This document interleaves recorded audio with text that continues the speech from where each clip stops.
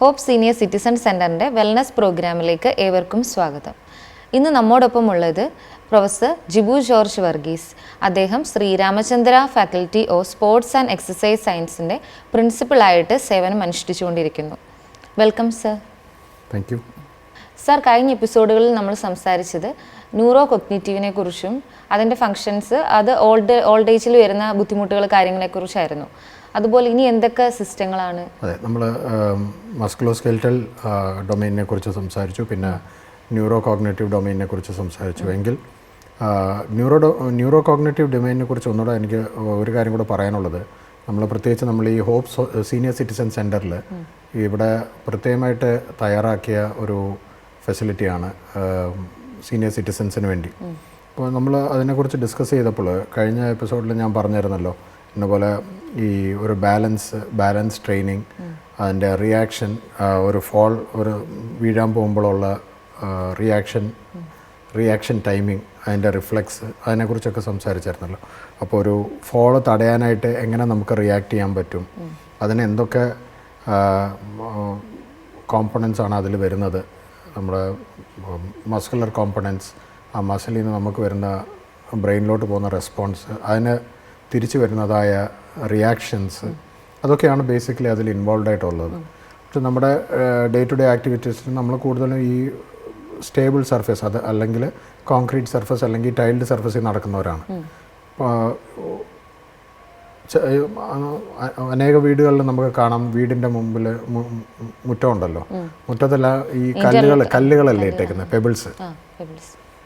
എന്നാൽ ഇന്നത്തെ ഒരു സിറ്റുവേഷനിൽ ഒത്തിരി ആൾക്കാർ ആ പെബിൾസൊക്കെ മാറ്റിയിട്ട് ഇൻ്റർലോക്കിംഗ് ടൈൽസും അല്ലെങ്കിൽ ബ്രിക്ക് ടൈൽസൊക്കെ ഇട്ട് അത് ഒരു എസ്തെറ്റിക് അപ്പിയറൻസിന് വേണ്ടി അതൊരു വേറെ രീതിയിലോട്ട് മാറ്റിക്കൊണ്ടിരിക്കുകയാണ്. അപ്പോൾ അതുകൊണ്ട് എന്താണ് സംഭവിക്കുന്നതെന്ന് വെച്ചാൽ, ഈ അകത്തെ ടൈൽസ് പോലെ തന്നെ, ഗ്ലോസി ടൈൽസ് പോലെ തന്നെ അതും ഒരു ടൈൽസ്, വേറെ ഒരു ടൈൽസിൻ്റെ സ്റ്റേബിൾ സർഫേസിൻ്റെ തന്നെ വേറെ ഒരു ഔട്ട്ലുക്ക് ആവുന്നതെന്നല്ല, അത്രേ ഉള്ളൂ. പക്ഷേ ഇതിനു മുമ്പ് പെബിൾസ് ആയിരുന്നപ്പോൾ അതേ കൂടി നടക്കുമ്പോൾ നമുക്ക് അവിടെയും ബാലൻസിൻ്റെ ഒരു സ്ട്രോങ് കോമ്പണൻ്റ് ഉണ്ടായിരുന്നു. അതേപോലെ നമുക്ക് അവിടെ ഒരു സ്ട്രോങ് സെൻസറി ഫീഡ്ബാക്ക് ഉണ്ടായിരുന്നു. അതിൽ ശീലമില്ലാത്തവർ അതിൽ കൂടെ നടക്കുമ്പോൾ പറയും കാല് വേദനിക്കുന്നതെന്ന്. അതേ ആൾക്കാർ തന്നെ കുറച്ചാൾ നടന്നു കഴിയുമ്പോൾ പറയും ഇപ്പോൾ അത്രയും അറിയുന്നില്ലെന്ന്. അതിൻ്റെ ബേസിക് ആയിട്ടുള്ള മീനിങ് എന്താണ്? അതേ കാല് തന്നെയല്ലേ പിന്നെയും നടക്കുന്നത്. സോ ഒരുപക്ഷെ കുറച്ച് തിക്നെസ് അല്ലെങ്കിൽ ഫിസിയോളജിക്കൽ ചേഞ്ചസ് ആ കാലിൻ്റെ പത്തയിൽ തന്നെ വരാം, സോൾ ഓഫ് ദ ഫീറ്റിൽ വരാം, അതിൻ്റെ തിക്നെസ്സിന് ചെറിയ മാറ്റം വരാം. അറ്റ് ദ സെയിം ടൈം നമ്മളുടെ അഡാപ്റ്റബിലിറ്റി ഉണ്ട്, ആ സെൻസറി സ്ട്രക്ചേഴ്സിൻ്റെ അഡാപ്റ്റബിലിറ്റി.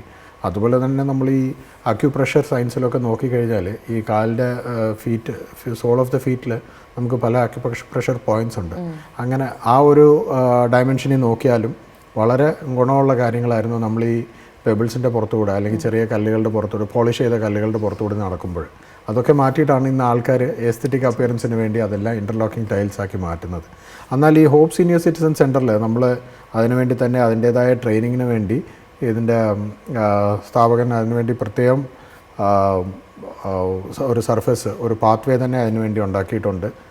പ്രത്യേകിച്ച് ഈ സീനിയർ സിറ്റിസൺ കാറ്റഗറി വരുന്ന ആൾക്കാർക്ക് അതിൽ കൂടെ നടക്കാനും ട്രെയിൻ ചെയ്യാനും, അതുപോലെ തന്നെ അവരെ ഈ റിസ്ക് ഫാക്ടേഴ്സിൽ നിന്ന്, ഒരു ഫോൾ റിസ്ക് ഫാക്ടേഴ്സിൽ നിന്ന് അവോയ്ഡ് ചെയ്യാനായിട്ട്, ആ സിറ്റുവേഷൻ സർക്കംസ്റ്റൻസസ് അവോയ്ഡ് ചെയ്യാനായിട്ട് ഉള്ള കാര്യങ്ങളാണ് ഇവിടെ ഒരുക്കിയിരിക്കുന്നത്. അത് വളരെ മനോഹരമായിട്ട് പല സർഫസസ്, ചെറിയ കല്ല്, വലിയ കല്ല്, പോളിഷ്ഡ് സ്റ്റോൺസ്, അതുപോലെ റഫ് സർഫസസ്, അതുപോലെ തന്നെ വുഡൻ സർഫസസ്, അങ്ങനെ പല വുഡൻ ചാലഞ്ചിങ് സർഫസസ്, അതുപോലെ അതിൽ കൂടെയൊക്കെ നടക്കുമ്പോഴുള്ള frequent change in interactions in the sensory feedback, അതൊക്കെ ബ്രെയിനിനെ അലേർട്ട് ചെയ്യുന്ന കാര്യങ്ങളാണ്.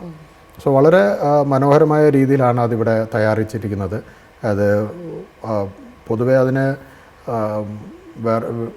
വെളി രാജ്യങ്ങളിലൊക്കെ അതിന് സെൻസറി പാർക്ക് എന്ന് പറയും. അതുപോലെ അതൊരു വലിയൊരു ഓപ്പൺ സ്പേസിൽ നടത്തുന്ന ഒരു കാര്യമാണ് ഇത്രയും മനോഹരമായിട്ട് ഇവിടെ അറേഞ്ച് ചെയ്തിരിക്കുന്നത്. സോ അങ്ങനെയുള്ള ട്രെയിനിങ് ഫെസിലിറ്റീസ് നമ്മുടെ നാട്ടിൽ തന്നെ വളരെ ചുരുക്കമാണ്. നമ്മൾ സെർച്ച് ചെയ്താൽ പോലും അത്രയും കാണത്തില്ല. നമുക്ക് അത്രയും യൂസ്ഫുൾ ആയിട്ടുള്ള ഒരു കാര്യമാണത്. എങ്കിൽ അതിൻ്റെ ഒരു പ്രോബബ്ലി അതിൻ്റെ ഒരു കോസ്റ്റ് ഫാക്ടർ കാരണമായിരിക്കും ആൾക്കാർ അതിലോട്ട് അത്രയും ഇൻവെസ്റ്റ് ചെയ്യാത്തത്. പക്ഷേ വളരെ യൂസ്ഫുൾ ആയിട്ടുള്ള ഒരു കാര്യം ആണ് ഈ ന്യൂറോ കോഗ്നേറ്റീവ് ഡൊമൈൻ എന്ന് പറയുന്നത്. കാരണം അതിൻ്റെ ട്രെയിനിങ്ങിൽ മസ്കുലോസ്കെൽറ്റൽ ഡൊമൈനും ഒരു ശതമാനം വരെ ഇൻവോൾവ് ആണ്. പിന്നെ നമ്മൾ ഈ മസ്കുലോസ്കെൽറ്റൽ ന്യൂറോ കോഗ്നേറ്റീവ് അതുപോലെ ഇമ്പോർട്ടൻ്റ് ആണ് സൈക്കോസോഷ്യൽ ഡൊമൈൻ. സൈക്കോസോഷ്യൽ ഡൊമൈൻ എന്ന് പറയുന്നത് നമ്മളൊരു കമ്മ്യൂണിറ്റി സെറ്റപ്പിൽ ചെയ്യാൻ, അതും ഇവിടെ പ്ലാൻ ചെയ്തിരിക്കുന്നത് അങ്ങനെയാണ്. ഈ ഹോപ്പ് സീനിയർ സിറ്റിസൺ സെൻറ്ററിൽ ഒരു ഗ്രൂപ്പ് ഓഫ് സീനിയർ സിറ്റിസൺസ് അവരൊന്നിച്ച് വന്നിട്ട് അവർക്ക് വേണ്ടിയുള്ള ആക്ടിവിറ്റീസ് കഴിഞ്ഞിട്ട് അവരുടേതായ ഇൻട്രാക്ഷൻ ടൈമിങ്സ്, സോ അങ്ങനെ ഇൻട്രാക്ഷൻസ് ഒക്കെ കൊണ്ടുവരുമ്പോഴാണ് അവർ തമ്മിലുള്ള ഒരു ഡിസ്റ്റൻറ്റ് ബോണ്ടിങ് ഡെവലപ്പ് ആവും. കാരണം അവരുടെ പ്രത്യേകിച്ച് അവരുടെ ആ ടൈം ഡ്യൂറേഷനിലുള്ള ഒരു ഇൻട്രാക്ഷൻ അവിടെ ഡെവലപ്പ് ആവും. ആ ഇൻട്രാക്ഷൻസിലാണ് പല രീതികളിലുള്ള അവരുടെ പല ടോപ്പിക്കിനെ കുറിച്ച് അവർ ഒരുപക്ഷെ national affairs, political affairs, international affairs, പിന്നെ അവരുടേതായ പേഴ്സണൽ ഫിസിക്കൽ ഡിസ്ഫങ്ഷനെ കുറിച്ചുള്ള ഒരു ഡിസ്കഷൻസ്, അതൊക്കെ അവിടെ വരുമ്പോഴത്തേന് അവർക്കൊരു സോഷ്യൽ ഇൻട്രാക്ഷനാണ് കിട്ടുന്നത്. സോ അങ്ങനെ ഒരു സോഷ്യൽ ഇൻട്രാക്ഷൻ വിത്ത് പിയേഴ്സ്, അവരുടെ സമപ്രായക്കാരുമായിട്ട് അവർക്ക് അങ്ങനെ ഒരു ഇൻട്രാക്ഷൻ വരുമ്പോഴാണ് അവർക്ക് അതിനെക്കുറിച്ച് കൂടുതൽ ഐഡിയാസ് എക്സ്ചേഞ്ച് ചെയ്യാൻ പറ്റും. അതുപോലെ ചിലർക്ക് സക്സസ് സ്റ്റോറീസ് കാണും, അത് ഷെയർ ചെയ്യാൻ പറ്റും. അതേസമയത്ത് ചിലർക്ക് അവരുടെ ബുദ്ധിമുട്ടുകളായിരിക്കും പറയാനുള്ളത്, പക്ഷേ അത് കേൾക്കുന്ന ആൾക്ക് ഒരുപക്ഷെ അതിൻ്റേതായ സൊല്യൂഷൻസ് കാണും. ഞാനതിനെ ഇങ്ങനെ ഒരു പ്രോബ്ലം വന്നപ്പോൾ ഞാനതിനെ ഇങ്ങനെ ഹാൻഡിൽ ചെയ്ത്, അല്ലെങ്കിൽ ഞങ്ങൾക്ക് ഇവിടെ ഈ ഒരു സീനിയർ സിറ്റിസൺ സെൻറ്ററിൽ നമ്മളൊരു പ്രത്യേകിച്ചൊരു ഗ്രൂപ്പ് തെറപ്പി സെഷനായിട്ട് നടത്തുമ്പോൾ it is a supervised and a mentored session. So ആ മെൻറ്റേർഡ് സെഷനിൽ they can always interact with the mentors also. ആ സെഷൻ ഹാൻഡിൽ ചെയ്യുന്ന തെറപ്പിസ്റ്റുമായിട്ട് അവർക്ക് ഡിസ്കസ് ചെയ്യാവുന്നതാണ്. ആ തെറപ്പിസ്റ്റും അതിനെക്കുറിച്ച് അവരോട് ഇൻട്രാക്ട് ചെയ്യും, അതിനുള്ള സൊല്യൂഷൻസ് പറഞ്ഞു കൊടുക്കും, എങ്ങനെ അത് ഹാൻഡിൽ ചെയ്യാൻ പറ്റും. അങ്ങനെയുള്ള ചെറിയ ചെറിയ കാര്യങ്ങളാണ്. ഒരുപക്ഷെ അവർ പറയും കുറച്ച് ദൂരം നടന്നു കഴിയുമ്പോഴത്തേന് എനിക്ക് കാല് കഴയ്ക്കുമായിരിക്കും, അങ്ങനെ പറയും. സോ അങ്ങനെ പറയുമ്പോൾ അതിൻ്റേതായ സൊല്യൂഷൻ എന്താണ്, അവിടെ എന്താ ചെയ്യേണ്ടത്. അല്ലെങ്കിൽ എനിക്ക് ഇരുന്ന് കഴിഞ്ഞ് നടന്ന ഉടനെ എനിക്ക് കാലിൻ്റെ പത്തി മൊത്തം വേദന വരിക, കുത്തുന്ന വേദനയാണ്, കുറച്ച് ദൂരം നടന്നു കഴിഞ്ഞാൽ പ്രശ്നമില്ല. So definitely it's not normal, അവിടെ ഏതാണ്ട് ഒരു പ്രശ്നമുണ്ട്. സോ അതെന്താണെന്ന് നമുക്ക് ഐഡൻറ്റിഫൈ ചെയ്തിട്ട് അതിന് വേണ്ടി ട്രീറ്റ്മെൻറ്റ് ചെയ്യാൻ പറ്റും.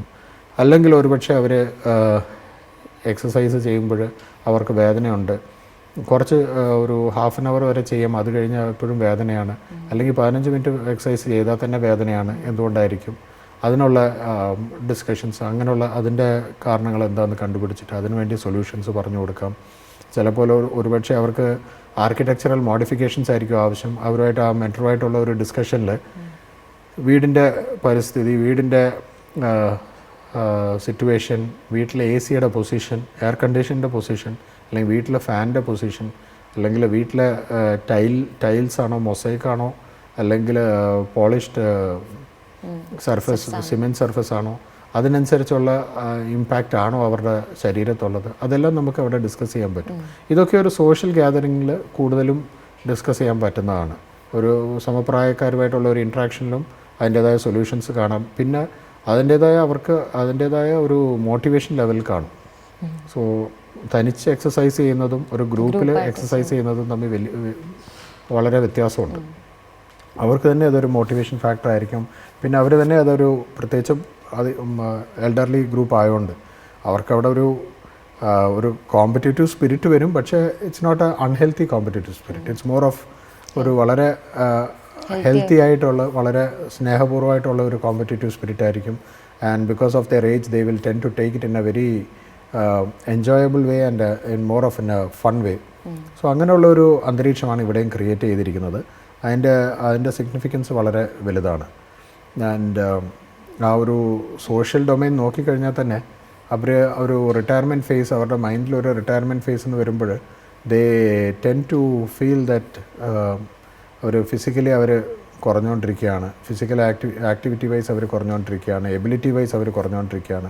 സോ അങ്ങനെയുള്ള ഒരു ബൂസ്റ്റും അവർക്ക് കിട്ടും. ഇല്ല, വി ആർ ഡൂയിങ് ബെറ്റർ, ഞങ്ങളെ കൊണ്ട് ചെയ്യാൻ പറ്റുന്നുണ്ട്, അതുപോലുള്ള ആക്ടിവിറ്റീസ് നമുക്ക് ഡിസൈൻ ചെയ്ത് അതുപോലുള്ള ആക്ടിവിറ്റീസ് അവരെ കൊണ്ട് ചെയ്യിപ്പിക്കാം. അപ്പോൾ അവർക്ക് തന്നെ ഒരു കോൺഫിഡൻസ് വരും. ഇത്രയും നാൾ അവർ ചെയ്യാത്ത കാര്യങ്ങളൊക്കെ അവരെയും കൊണ്ട് ചെയ്യിപ്പിക്കാം. ചിലപ്പോൾ സിംഗിൾ ലെഗ് സ്റ്റാൻഡിങ് ആയിരിക്കും, ആരും ചുമ്മാതെ ഒറ്റക്കാലം നിൽക്കാറില്ലല്ലോ. പക്ഷെ നമ്മളതൊരു ട്രെയിനിങ് ഫേസ് ആയിട്ട് എടുക്കുമ്പോൾ വിത്ത് സപ്പോർട്ടോടെ ഒറ്റക്കാലം നിൽക്കുക, അങ്ങനെ പല രീതിയിലുള്ള ട്രെയിനിങ്സ് ഉണ്ട്. സോ അതിൻ്റെയൊക്കെ ഗുണമെന്ന് വെച്ചാൽ അവർ പിന്നീട് എവിടെയെങ്കിലും നടന്നു പോകുമ്പോൾ, പ്രത്യേകിച്ച് നമ്മുടെ ഒരു പ്ലാറ്റ്ഫോമിൽ കൂടെ നടന്നു പോകുക, പ്ലാറ്റ്ഫോം ലെവൽ ഗ്രൗണ്ട് അല്ല, ബട്ട് അവരുടെ അതേ പ്രായക്കാർ ഈ ട്രെയിനിങ് എടുക്കാത്തവർ അവിടെ ബുദ്ധിമുട്ടുമ്പോഴോ പ്രയാസപ്പെട്ട് നടക്കുമ്പോൾ ഇവർ വളരെ കൂളായിട്ട് വളരെ ഈസി ആയിട്ട് അത് ഹാൻഡിൽ ചെയ്ത് നടക്കുമ്പോൾ അവർക്ക് അതിൻ്റേതായ ഒരു മെൻ്റൽ സാറ്റിസ്ഫാക്ഷനും ഒരു സൈക്കോളജിക്കൽ കോൺഫിഡൻസ് ലെവലും കിട്ടും. സോ അങ്ങനെയുള്ള ഒരു രീതി നോക്കിക്കഴിഞ്ഞാൽ അത് വളരെ യൂസ്ഫുള്ളാണ് ഈ സൈക്കോ സോഷ്യൽ ഡൊമൈൻ അതിൻ്റെ ട്രെയിനിങ്ങും. സാർ, അപ്പോൾ ഈ എക്സസൈസ് പ്രിസ്ക്രിപ്ഷൻ്റെ ഡോസേജും പിന്നെ അവർക്ക് ആ കൊടുക്കുന്ന ടൈമിങ്ങിൻ്റെ ആ വേരിയേഷൻ അതൊക്കെ എങ്ങനെയായിരിക്കും? അതെ, അത് നമ്മൾ ഈ സാധാരണ ഇപ്പോൾ അഡോളസൻസ് അല്ലെങ്കിൽ അഡൽട്ട് ഏജിൽ കൊടുക്കുന്നതിനെക്കാട്ടിലും വളരെ വ്യത്യസ്തമാണ്. ഞാൻ പറഞ്ഞില്ലേ, അത് ഓരോ വ്യക്തിക്കും അവരുടേതായ, നമ്മളിതിപ്പോൾ ഒരു പ്രത്യേകിച്ച് ഈ ഹോപ്പ് സീനിയർ സിറ്റിസൺ സെൻറ്ററിൽ നമ്മൾ ചെയ്യുവാണെങ്കിൽ നമ്മളതിൻ്റേതായ അവരുടെ ബേസിക് പാരാമീറ്റേഴ്സ് എടുക്കും, വൈറ്റൽ സൈൻസ് എടുക്കും, അവരുടെ ഹാർട്ട് റേറ്റ്, അവരുടെ അല്ലെങ്കിൽ അവരുടെ പൾസ് റേറ്റ്, BP, പിന്നെ അങ്ങനെയുള്ള റെസ്പിറേറ്ററി റേറ്റ്, ബേസിക് പാരാമീറ്റേഴ്സ് എടുത്തിട്ട് അതിലെന്തെങ്കിലും വേരിയേഷൻ ഉണ്ടെങ്കിൽ, സീരിയസ് വേരിയേഷൻസ് ഉണ്ടെങ്കിൽ അവർക്ക് ഇത് ചെയ്യാൻ പറ്റത്തില്ല. അവരെ will recommend four A medical intervention. പക്ഷേ ഇതെല്ലാം ക്ലിയർ ചെയ്ത് കഴിഞ്ഞിട്ട് അവർക്ക് ഇതിന് ഫിറ്റാണ് എന്ന് അറിഞ്ഞു കഴിഞ്ഞാൽ we will put them through tailored exercise programme. എല്ലാവർക്കും ഒരുപോലെ ആയിരിക്കത്തില്ല. അതെല്ലാം നമ്മൾ അതിനൊരു സീലിംഗ് ഇൻഡിവിജ്വൽ സീലിങ്സ് കൊടുക്കും. അത് ചെയ്ത് കഴിയുമ്പോൾ നമുക്ക് ഏതെങ്കിലും കാരണവശാൽ നമുക്ക് ബ്രെത്ത്ലെസ് ആവുകയാണെങ്കിലോ ശ്വാസമുട്ടൽ പോലെ വരികയാണെങ്കിലോ ഉടനെ നിർത്തുക. ശ്വാസമുട്ടൽ എന്ന് വെച്ചാൽ ആ വയ്യാതെ വരുന്ന ശ്വാസമുട്ടലല്ല, ഒരു ചെറിയ ഒരു സഫോക്കേഷനോ പാൻറ്റിങ്ങോ വന്നാൽ തന്നെ സ്റ്റോപ്പ് ചെയ്യാൻ പറയുക, അവിടെ തന്നെ പറയുക. അല്ലെങ്കിൽ എക്സസീവായിട്ട് സ്വെറ്റ് ചെയ്താൽ ഉടനെ നിർത്തുക, റെസ്റ്റ് എടുക്കുക. പിന്നെ കാരണം നമ്മുടെ ഇവിടെ ബേസിക് ഇൻറ്റൻഷൻ ഇവിടെ അവരുടെ ആക്ടിവിറ്റി ലെവൽ അലേർട്ട്നെസ് കൂട്ടാനാണ്, അല്ലാതെ അവരെ ഈ ഹൈ ലെവൽ ഓഫ് സ്പോർട്ടിങ് ആക്ടിവിറ്റീസിന് വിടാനല്ലല്ലോ. സോ അങ്ങനെയുള്ള ഒരു വളരെ ഗ്രേഡഡ് ആയിട്ട് വളരെ ടൈലേർഡ് മെയ്ഡ് എക്സസൈസസ് ആയിരിക്കും നമ്മളിവിടെ കൊടുക്കുന്നത്. സോ അങ്ങനെയുള്ള പ്രായമുള്ള ആൾക്കാർക്ക് അങ്ങനെ മോണിറ്റർ ചെയ്ത് വേണം കൊടുക്കാൻ. കാരണം അവരുടെ പ്രീവിയസ് ഹെൽത്ത് സ്റ്റേറ്റസും നമ്മൾ അറിഞ്ഞിരിക്കേണ്ടത് വളരെ ഇമ്പോർട്ടൻ്റ് ആണ്. So in case of any previous ailments they will have to declare it to us. അവർക്കറിയാവുന്നതാണെങ്കിൽ, അല്ലെങ്കിൽ they may also have under any adverse signs അവർ ഡെഫിനറ്റ്ലി ഒരു ചെക്കപ്പിന് പോകേണ്ടത് വരും. ബട്ട് ഇൻ നോർമൽ സർക്കംസ്റ്റാൻസസ് ഒരു ഹെൽത്തി ആയിട്ടുള്ള ഒരു ഇൻഡിവിജ്വൽ ആണെങ്കിൽ അവർക്ക് നമ്മൾ ഡെഫിനറ്റ്ലി നമുക്ക് അതിൻ്റേതായ ഡോസേജ് ഇവിടെ പ്ലാൻ ചെയ്തിട്ട് നമുക്ക് കൊടുക്കാം. അതുപോലെ തന്നെ അവർ ചെയ്യാൻ ആ എക്സസൈസ് റെജിമെൻ. അപ്പോൾ നമ്മൾ ഇവിടെ ഈ എക്സസൈസ് എന്ന് പറയുന്നത് വളരെ സ്ട്രെനസ് ആയിട്ടുള്ള എക്സസൈസസ് അല്ല.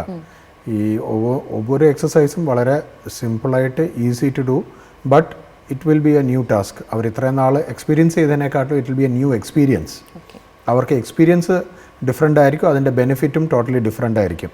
പക്ഷേ മെനി എ ടൈംസ് നമ്മളത് മനസ്സിലാക്കേണ്ടത്, നമ്മൾ ഇത്രയും നാൾ വീണില്ല അതുകൊണ്ട് ഞാൻ ഇനിയും ചെയ്യുന്നില്ല എന്ന് പറയാൻ പറ്റത്തില്ല.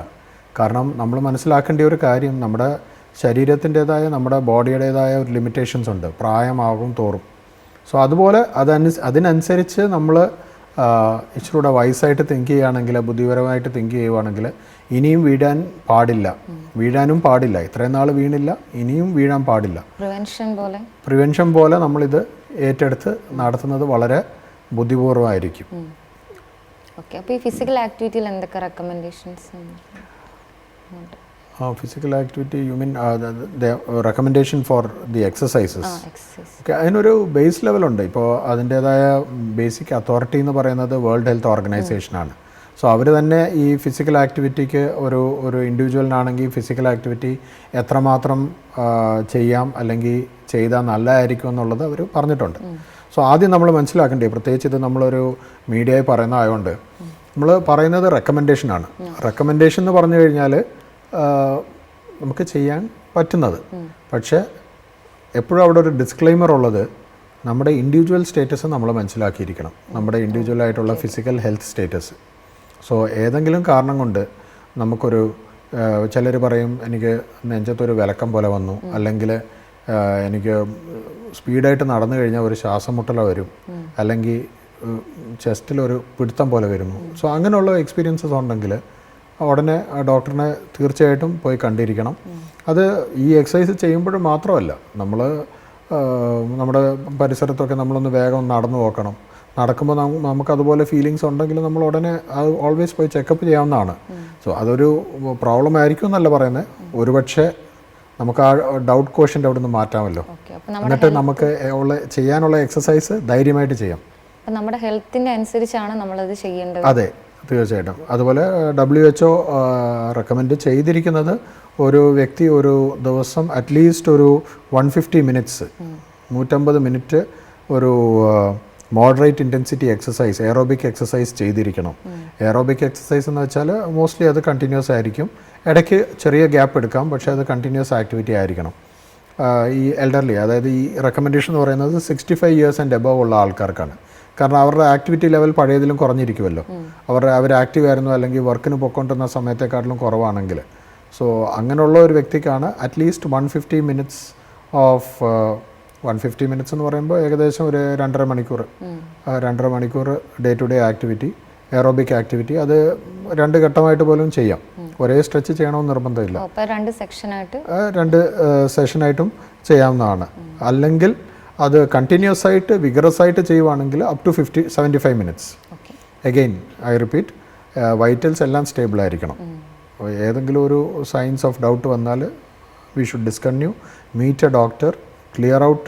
അത് ആ പ്രോബ്ലംസ് ഒന്നും ഇല്ലെന്ന്, ജനറൽ സിസ്റ്റംസിൽ പ്രോബ്ലംസ് ഒന്നും ഇല്ലെന്ന് ക്ലിയർ ചെയ്തിട്ട് വീണ്ടും ക്ലിയർ ചെയ്താൽ നമുക്ക് വീണ്ടും തുടരാവുന്നതാണ്. അപ്പോൾ ഒരു 150 minutes of intermittent moderate level exercise or a 75-minute continuous vigorous exercise is advisable. അതുപോലെ തന്നെ ഈ എയറോബിക് എക്സസൈസ് ചെയ്യുമ്പോൾ ഒരു 10 മിനിറ്റ് ബ്രേക്ക് എടുക്കുന്നതും നല്ലതാണ്. കാരണം it's A continuous, because they are elderly people.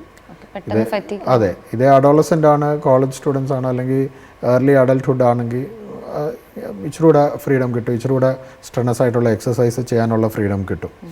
അതുപോലെ തന്നെ പ്രത്യേകിച്ച് പ്രായമുള്ളവരാകുമ്പോഴത്തേന് ഈ അവരുടേതായ ബാലൻസ് അവർക്ക് തന്നെ തോന്നുന്നു, അവരുടെ ബാലൻസ് പഴയതുപോലെ അത്രയും നല്ലതല്ല എന്ന് തോന്നുവാണെങ്കിൽ അവർ സെപ്പറേറ്റ് ആയിട്ട് ബാലൻസ് ട്രെയിനിങ് പോലും ചെയ്യണമെന്ന് WHO പറയുന്നുണ്ട്. കാരണം ഈ ബാലൻസ് ട്രെയിനിങ്ങിൻ്റെ ഒരു ഗുണമെന്ന് വെച്ചാൽ നമ്മൾ അൺഎക്സ്പെക്റ്റഡ് ആയിട്ടുള്ള ഫോൾസ്, വീഴുന്നത് അവോയ്ഡ് ചെയ്യും.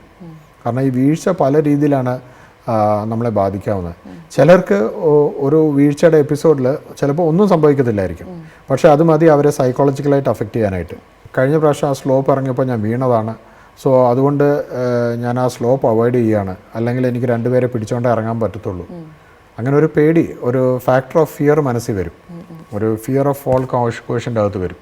അത് ഞാൻ വീഴുമായിരിക്കും, അല്ലെങ്കിൽ എസ്കലേറ്ററിൽ കയറാൻ പേടിയായിരിക്കും.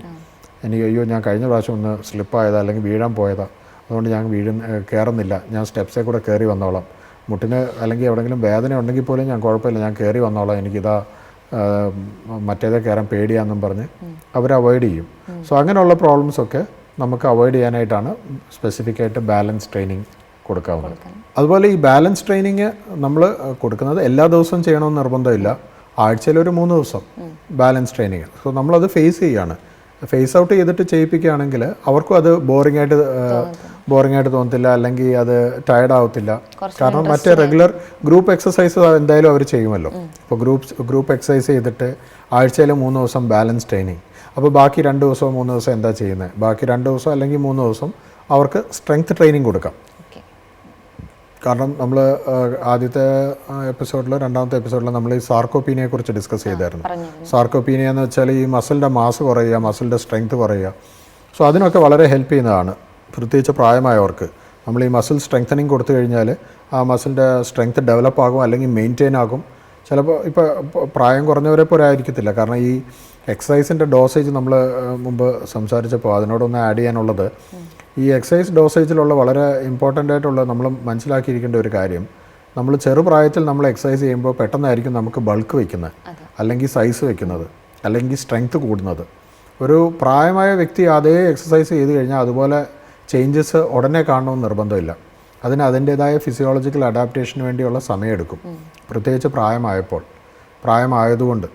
സോ ബോൺ ഡെൻസിറ്റി കൂടാനാണെങ്കിൽ പോലും, അല്ലെങ്കിൽ മസിലിൻ്റെ മാസ് കൂടാനാണെങ്കിലോ, അല്ലെങ്കിൽ മസിലിൻ്റെ സ്ട്രെങ്ത് കൂടാനും സ്വല്പം സമയമെടുക്കും. കുറഞ്ഞത് അറ്റ്ലീസ്റ്റ് ഒരു 1 or 2 months എടുക്കും. സോ ആ ടൈം ഡ്യൂറേഷൻ വളരെ ഇമ്പോർട്ടൻ്റ് ആണ്. നമ്മൾ പേഷ്യൻ്റായിട്ടിരിക്കണം, ക്ഷമയോടെ അത് ഇമ്പ്രൂവ് ആയിക്കോളും. പക്ഷേ നമ്മൾ മനസ്സിലാക്കേണ്ട ഒരു കാര്യം we are in the process, we are in the training process, we are developing over a period of time. അത് വളരെ ഇമ്പോർട്ടൻ്റ് ആണ്. സോ അങ്ങനെ ഒരു കാര്യം മനസ്സിൽ വെച്ചുകൊണ്ട് വേണം എക്സസൈസും ചെയ്യാൻ. പ്രത്യേകിച്ച് അനേക വീട്ടമ്മമാർ മെനപ്പോസിലായിരിക്കുന്ന സ്ത്രീകളൊക്കെ ഇപ്പോൾ അവരുടെ ഫിസിക്കൽ ആക്ടിവിറ്റി ലെവൽസൊക്കെ കുറവാണെങ്കിൽ പ്രത്യേകിച്ച് അവരിങ്ങനെയുള്ള ഗ്രൂപ്പ് ആക്ടിവിറ്റീസിൽ ചേരുകയും സ്ട്രെങ്ത് ട്രെയിനിങ്ങിൽ ചേരുകയും ബാലൻസ് ട്രെയിനിങ്ങിൽ ചേരുകയും ഒക്കെ വളരെ ഇമ്പോർട്ടൻ്റ് ആയിരിക്കും. കാരണം അവർക്ക് നോർമലി ഓസ്റ്റിയോപോറോസിസ് അല്ലെങ്കിൽ ഓസ്റ്റിയോപീനിയ അല്ലെങ്കിൽ ബോൺ ഡെൻസിറ്റി, സാർക്കോപീനിയ ഇങ്ങനെയുള്ള കണ്ടീഷൻസൊക്കെ അവർ സസെപ്റ്റബിളാണ്. അവർക്കൊക്കെ ഇത് കാണാൻ തന്നെ സാധ്യതയുണ്ട്. അത് നമ്മളൊരു വീഴ്ച വന്നിട്ട് വീണിട്ട് അത് മനസ്സിലാക്കാനായിട്ട് വെയിറ്റ് ചെയ്യരുത്. അതിന് മുമ്പേ തന്നെ അത് പ്രിവെൻറ്റീവായിട്ട് നമ്മളത് ചെയ്തിരിക്കണം. സാർ, ഇപ്പോൾ ഈ ഡീകണ്ടീഷനിങ് എന്ന് പറയുമ്പം അത് കൂടുതൽ എന്താണ് ഡീകണ്ടീഷനിങ്? ഡീകണ്ടീഷനിങ് നമ്മൾ ആദ്യം ഡിസ്കസ് ചെയ്ത പോലെ ഈ പല ഡൊമൈൻസ് ഉണ്ടല്ലോ, cardio pulmonary domain, cardiovascular pulmonary domain, immunology domain, musculoskeletal domain, renal domain, എല്ലാ ഡൊമൈനിലും എല്ലാ സിസ്റ്റത്തിലും അത് ബാധിക്കുന്നതാണ് ഈ ഡീകണ്ടീഷനിങ് എന്ന് പറയുന്നത്. അതിൻ്റെയൊക്കെ ഫോർമോസ്റ്റ് നമ്മൾ ഈ മസ്കുലോസ്കെൽറ്റൽ ഡൊമൈൻ നമ്മളവിടെ അത് അഫക്റ്റ് ആയിക്കഴിഞ്ഞാൽ അത് കാരണം നമ്മൾ പിന്നെ ആക്ടിവിറ്റി നിർത്തിക്കഴിഞ്ഞാൽ there can be a severe deconditioning to all the components, musculoskeletal component and to the other components. പിന്നെ അതിലും വേഴ്സായിട്ട് വരുന്നത് നമ്മൾ ഏതെങ്കിലും ഒരു കാരണം കൊണ്ട് ഒരു വ്യക്തി ഹോസ്പിറ്റലൈസ് ആയിക്കഴിഞ്ഞാൽ, അങ്ങനെ ഒരു സിറ്റുവേഷനിൽ ഇരിക്കുമ്പോൾ ഡീകണ്ടീഷനിങ് പ്രോസസ്സിലിരിക്കുമ്പോൾ ഹോസ്പിറ്റലൈസ് ആയിക്കഴിഞ്ഞാൽ ഹോസ്പിറ്റലൈസ് ആയി കഴിയുന്ന വ്യക്തി ബെഡിൽ തന്നെ ആയിരിക്കും, ബെഡ് റെസ്റ്റിലായിരിക്കും. അപ്പോൾ അവിടെ വീണ്ടും ഡീകണ്ടീഷനിങ് നടക്കുക. കാരണം ഇത്രയും നാൾ ഉണ്ടായിരുന്ന ആക്ടിവിറ്റി പോലും നിന്നിരിക്കുകയാണ്. കാരണം അവിടെ ബെഡിൽ തന്നെ ആയിരിക്കും, ബെഡ് പാൻ വയ്ക്കുകയായിരിക്കും, ബെഡിൽ തന്നെ ആയിരിക്കും സെൽഫ് കെയർ, പല്ല് തേക്കുന്നതും സ്പഞ്ച് ബാത്ത് എല്ലാം ബേസിക് ഏഡിയൽസ് പോലും ബെഡിൽ തന്നെ ആയിരിക്കും. സോ അങ്ങനെ വരുമ്പോൾ അങ്ങനെ ഒരു വ്യക്തി വീണ്ടും നിന്ന് നടന്ന് പിന്നെയും പഴയ ഒരു ഫോമിലേക്ക് വരാനായിട്ട് ശരിക്കും പ്രയാസപ്പെടും. ടൈം എടുക്കും, ഒത്തിരി പ്രയാസപ്പെടുകയും ചെയ്യും. അതുപോലെ വിൽ പവറും മോട്ടിവേഷനും ഉള്ള ഒരാൾക്കേ അതുപോലെ വരാൻ പറ്റത്തുള്ളൂ. പഴയ ഒരു ഫോർമേഷൻ കിട്ടത്തില്ലല്ലേ? അതെ സാർ. അപ്പോൾ ഇതിനൊക്കെ ഒരു സൊല്യൂഷൻ ഈ ഫിസിക്കൽ ആക്ടിവിറ്റി ആണല്ലേ? അതെ, നമ്മൾ ഫിസിക്കൽ ആക്ടിവിറ്റി തന്നെ. അപ്പോൾ ഫിസിക്കൽ ആക്ടിവിറ്റിന്ന് നമ്മൾ ബേസിക്കലി പറയുമ്പോൾ എന്താണ് ഉദ്ദേശിക്കുന്നത്? Body basically musculoskeletal system move ആകണം, അതുമൂലം ഉണ്ടാകുന്ന എനർജി എക്സ്പെൻഡിച്ചർ. സോ അതൊക്കെയാണ് ഫിസിക്കൽ ആക്ടിവിറ്റി എന്ന് പറയുന്നത്. എനർജി എക്സ്പെൻഡിച്ചർ അവിടെ ഇമ്പോർട്ടൻ്റ് ആണല്ലോ. കാരണം ഡേ ടു ഡേ ബേസിസിൽ നമ്മൾ ഭക്ഷണം കഴിക്കുന്നുണ്ട്, ആ എനർജി എല്ലാം അകത്ത് കയറുമ്പോൾ അത് എക്സ്പെൻഡ് ചെയ്യാനും ഉള്ള അവസരം വേണമല്ലോ. സോ അതിന് ഫിസിക്കൽ ആക്ടിവിറ്റി, ആ ഫിസിക്കൽ ആക്ടിവിറ്റി കാരണം നമ്മുടെ ഫുഡിൻ്റെ ബൈ പ്രോഡക്ട്സ് ബേൺ ആവുന്നു, പിന്നെ ബോഡിയിലുള്ള അത്രയും സിസ്റ്റംസ് ആക്റ്റീവായിട്ടിരിക്കുന്നു, അലേർട്ടായിട്ടിരിക്കുന്നു. അതുപോലെ തന്നെ അതൊക്കെയും they are being prepared for any events. Blood സർക്കുലേഷനും കുറേ ഇമ്പ്രൂവ് ചെയ്യും. തീർച്ചയായിട്ടും ബ്ലഡ് സർക്കുലേഷൻ എല്ലാ സിസ്റ്റം ഫിസിക്കൽ ആക്ടിവിറ്റിയുടെ ഒരു ഫിസിക്കൽ ബൈ പ്രോഡക്റ്റ് ആണ് ഇൻക്രീസ് ഇൻ ബ്ലഡ് സർക്കുലേഷൻ. അല്ലെങ്കിലും ബ്ലഡ് സർക്കുലേഷൻ ഉണ്ട്, പക്ഷേ ഇതിൻ്റെ ആ ബ്ലഡിൻ്റെ റിഫൈനിങ് പ്രോസസ്സ് പോകുന്നത്, റീനൽ ആക്ടിവിറ്റി, റിഫൈനിങ് പ്രോസസ്സ് എല്ലാം തന്നെ ഇൻക്രീസ് ആവുന്നു. ബ്രെയിനിലോട്ടുള്ള ബ്ലഡ് സപ്ലൈ, അതുപോലെ ബ്രെയിനിലോട്ടും ബാക്കി എല്ലാ സിസ്റ്റത്തിലോട്ടുള്ള ബ്ലഡ് സപ്ലൈയും ഇൻക്രീസ് ആകും. സോ അങ്ങനെ ബ്ലഡ് സപ്ലൈ ഇൻക്രീസ് ആവുന്നതോടെ നമ്മുടെ ലിംഫാറ്റിക് ഡ്രെയിനേജും ഇമ്പ്രൂവ് ആകും, നമ്മുടെ ബോഡിയിൽ നിന്നുള്ള വേസ്റ്റ് പ്രോഡക്ട്സും കൂടുതൽ മാറും. മൊത്തത്തിൽ ആക്റ്റീവായിരുന്നാൽ ബ്രിസ്ക് ആയിരിക്കും, അലേർട്ടായിരിക്കും, ഹെൽത്തി ആയിരിക്കും. Thank you sir. വെൽക്കം. വെൽനെസ്സിൻ്റെ ഇന്നത്തെ ഈ ഒരു എപ്പിസോഡ് നമ്മളിവിടെ വൈൻഡപ്പ് ചെയ്യുകയാണ്. നമ്മളിവിടെ സംസാരിച്ചത് ഫിസിക്കൽ ആക്ടിവിറ്റി, അതിൻ്റെ റെക്കമെൻഡേഷൻ ഡോസേജിനെ കുറിച്ചായിരുന്നു. വളരെ കൂടുതൽ ഇൻഫർമേഷൻ നമുക്ക് അതിനെക്കുറിച്ച് കിട്ടി. വരും എപ്പിസോഡിൽ നമുക്ക് കൂടുതൽ കാര്യങ്ങൾ സാറിനോട് ചോദിച്ച് മനസ്സിലാക്കാൻ സാധിക്കും. നന്ദി, നമസ്കാരം.